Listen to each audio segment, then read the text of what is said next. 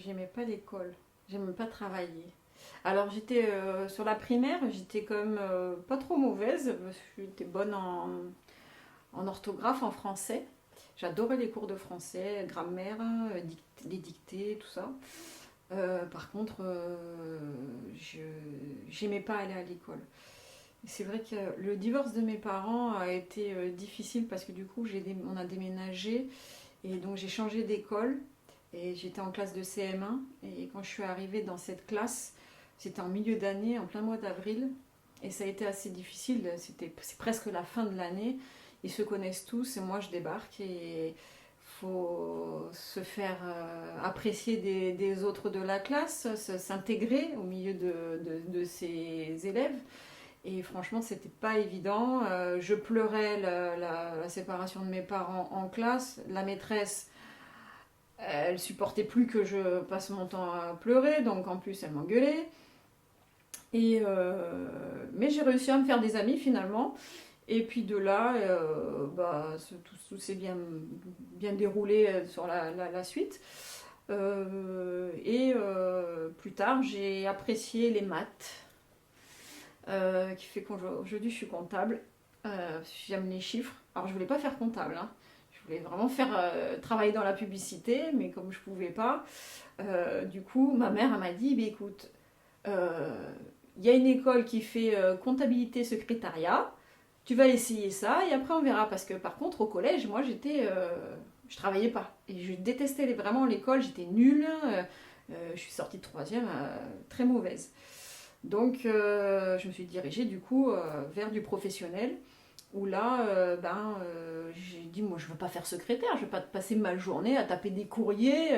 Pour moi secrétaire c'était que ça quoi, faire du classement ou taper des courriers. J'ai dit non moi je m'ennuyais quoi.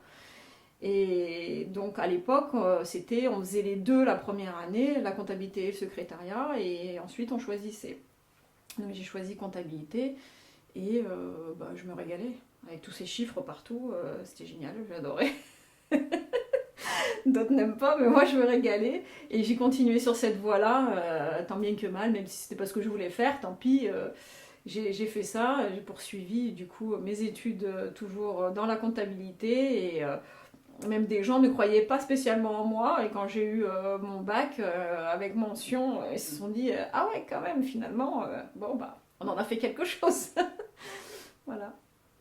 Donc après le bac, tu as fait quoi comme Après le bac, j'ai fait un BTS de gestion. Voilà. Et je me suis arrêtée au BTS. Donc après ce BTS, qu'est-ce que tu as fait? Comme j'étais en alternance, du coup, j'ai été embauchée. Euh, je faisais mon alternance chez McDo. Donc j'ai travaillé pendant 6 ans chez McDo en tant que comptable. Mais entre midi et deux, j'ai aidé au service. Et comme moi, je suis très timide et réservée, à l'époque, il n'y avait pas toute cette informatique qu'il y a aujourd'hui dans ces restaurants. Du coup, il fallait beaucoup parler.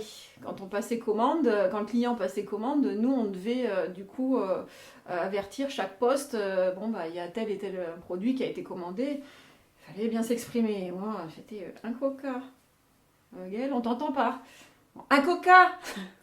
C'était très dur. Mais bon, ça a forgé un petit peu ce que je suis aujourd'hui parce que c'était très difficile vraiment de parler à des clients, de parler.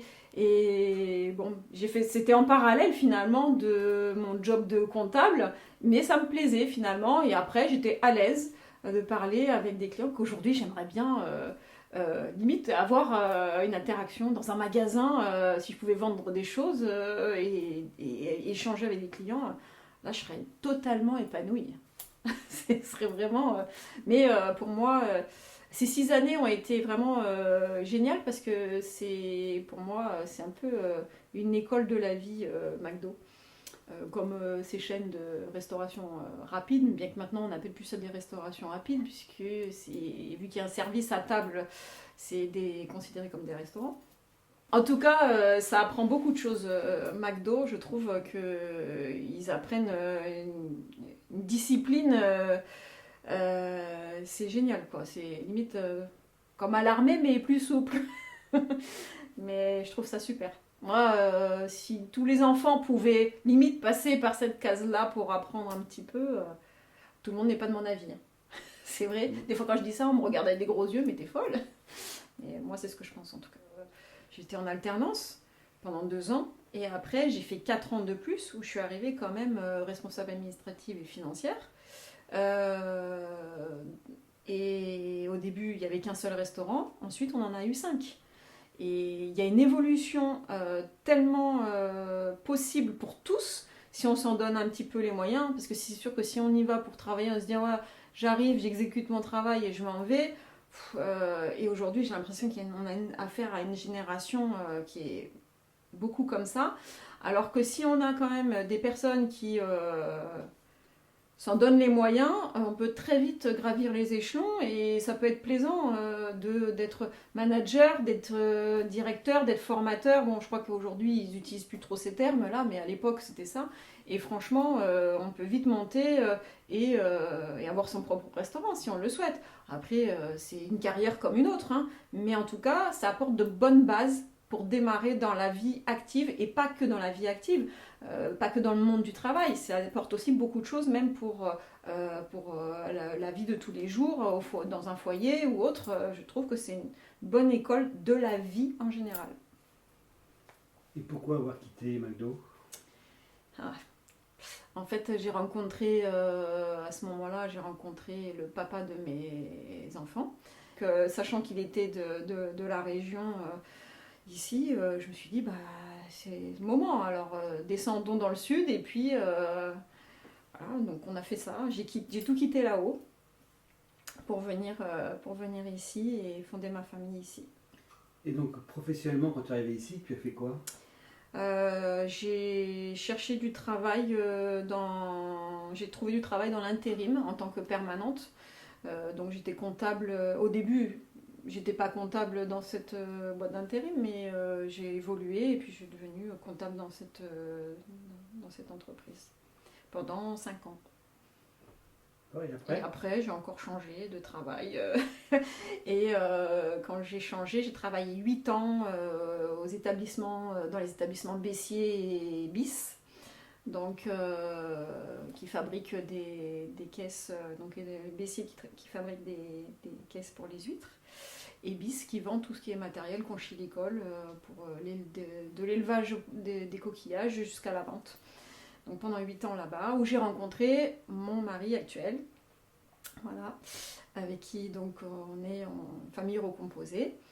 Et ensuite, je suis partie de cette entreprise pour pas tout mélanger non plus. Pas toujours facile non plus de travailler avec les siens. Donc du coup, aujourd'hui, je travaille chez Biotop depuis 3 ans. J'avais fait déjà une année, 2 ans avant ces 3 ans, où je m'épanouis bien. Très bons collègues, très bonne ambiance, très bonne atmosphère. Toujours en tant que comptable. Toujours en tant que comptable. Est-ce que tu peux nous parler de l'entreprise Biotop? Est-ce que tu peux nous dire c'est quoi? Alors Biotop, c'est un bureau d'études environnementales. Moi, je travaille pour la filiale Biotop Communication Édition. Donc, on fait des livres naturalistes et on vend du matériel scientifique pour les naturalistes. Donc, des jumelles, des pièges photos, ce genre de choses. Et donc, moi, je m'occupe de la comptabilité de cette filiale avec 2 autres collègues. On a un pôle administratif et comptable de 3 personnes et en tout on est 16 dans cette filiale.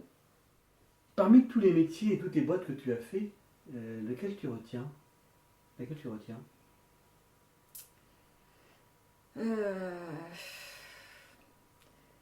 pourrais dire, parce qu'il y en a que j'ai pas cité, mais je pourrais dire McDo dans le sens où c'est elle qui a fait de moi un peu ce que je suis aujourd'hui.